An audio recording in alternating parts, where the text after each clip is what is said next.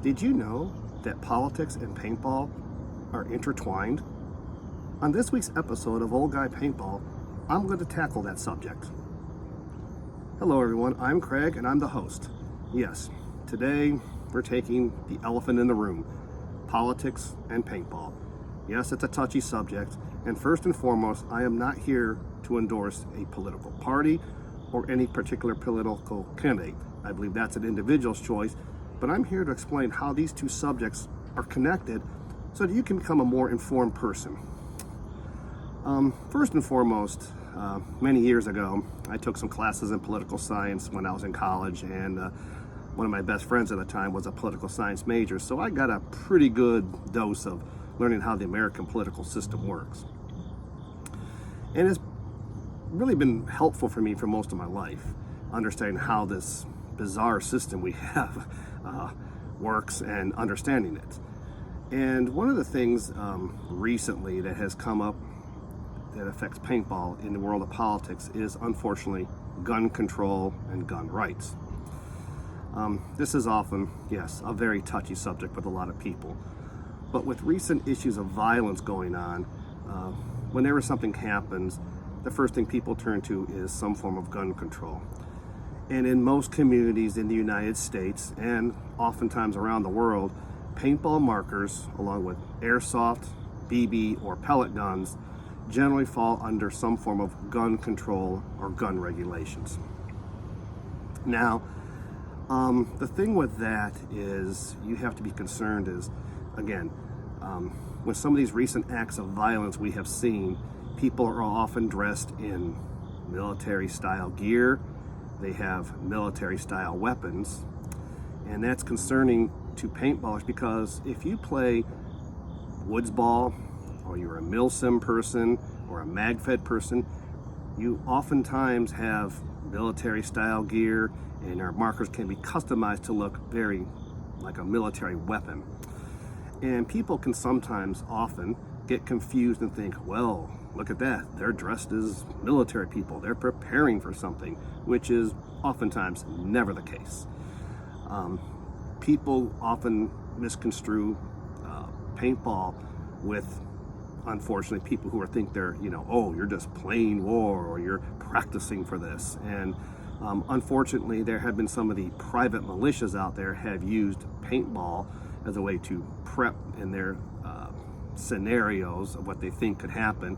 And even the United States military has used paintball in the Army to help prepare soldiers for the rigors of combat and the unpredictabilities of it. That's where it gets to be sometimes a tough issue.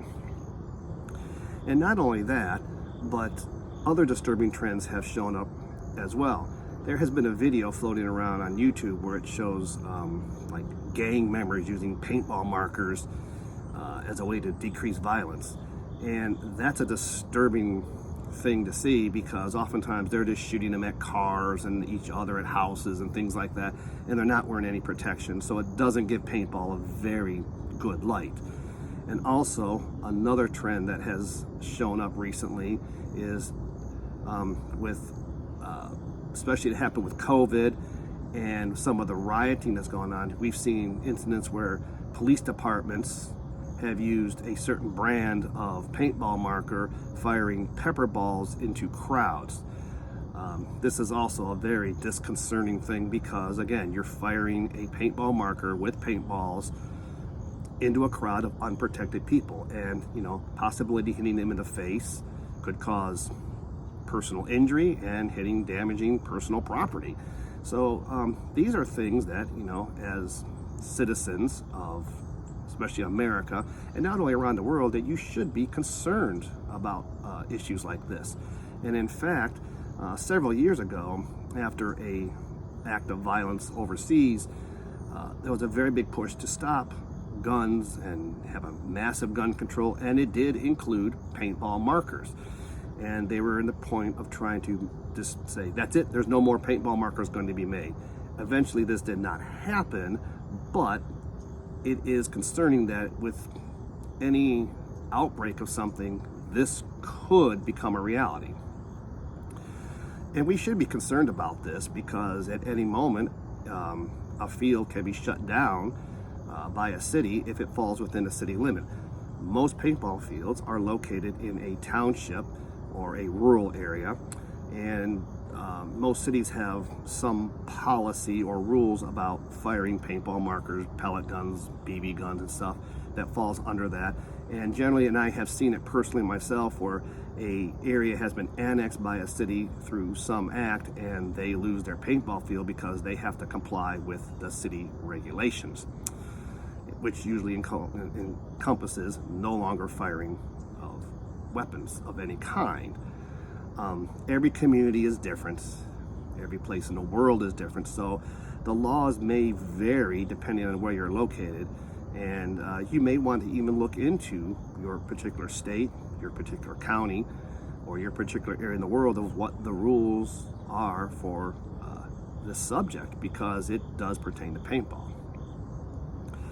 And the next thing we should look at is, how do we prevent that?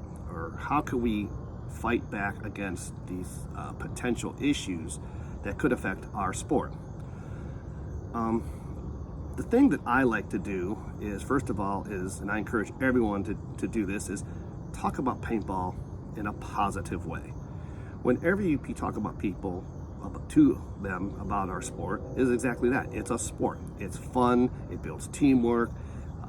It's recreational. It has nothing to do with what we do. Even though we may dress a certain way, we are not acting in an inappropriate way. And that's why you have to present paintball in the most positive ways possible. The second thing, and as hard as it is for a lot of people to get used to, is you have to start referring to our equipment as a paintball marker and not a gun. Gun is just a way that it gets people very nervous and raises the stress level instantly. If you go to someone and say, hey, I got a paintball gun in my car, they don't hear paintball, they hear gun. If you say, I got a paintball marker, they're like, well, what's that? And then you can say, well, here it is, and show them and tell them about the sport, and you never know, you might find someone who wants to take it up. But using the term paintball marker is a lot smarter and a lot less stressful than using the G word. Another thing we can do is, when you see videos like this, whether it be on any social media platform, is to express your disappointment in it. You can express potentially outrage, say you're offended by it, that, express that this is not what paintball is. You're concerned about the image you're creating, and you're just not happy with that out there, and suggest that they pull it down. The voice of people has a lot to do with things in the world, and if we don't speak up, there's a good chance that people think, well, it's not a big deal.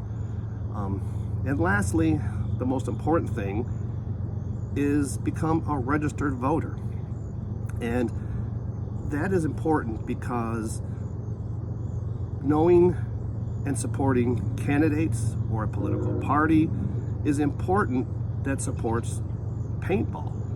And that's one thing you should do, is if you become a registered voter, talk to your representatives, whether it's on any level of politics, and get their thoughts on what they think about paintball and paintball markers.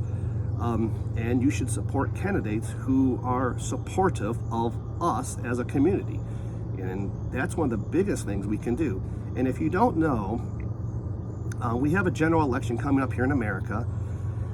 And most of the time, you have to be required to be a registered voter within 30 days of an election. Now, we're about, at the time of this video, about 2 weeks out. And if you don't know where to register to vote, you can contact a county or parish board of election. Almost every state has it in their county.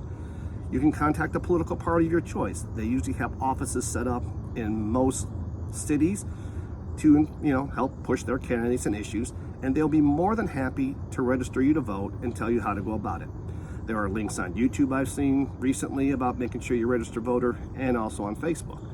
You can also contact possible places like the library, the Secretary of State, I believe, of most states, or their auditors also handle the stuff with elections. But I encourage you to become a registered voter, investigate your candidates, question them about paintball, and support those who support the sport of paintball and protect it.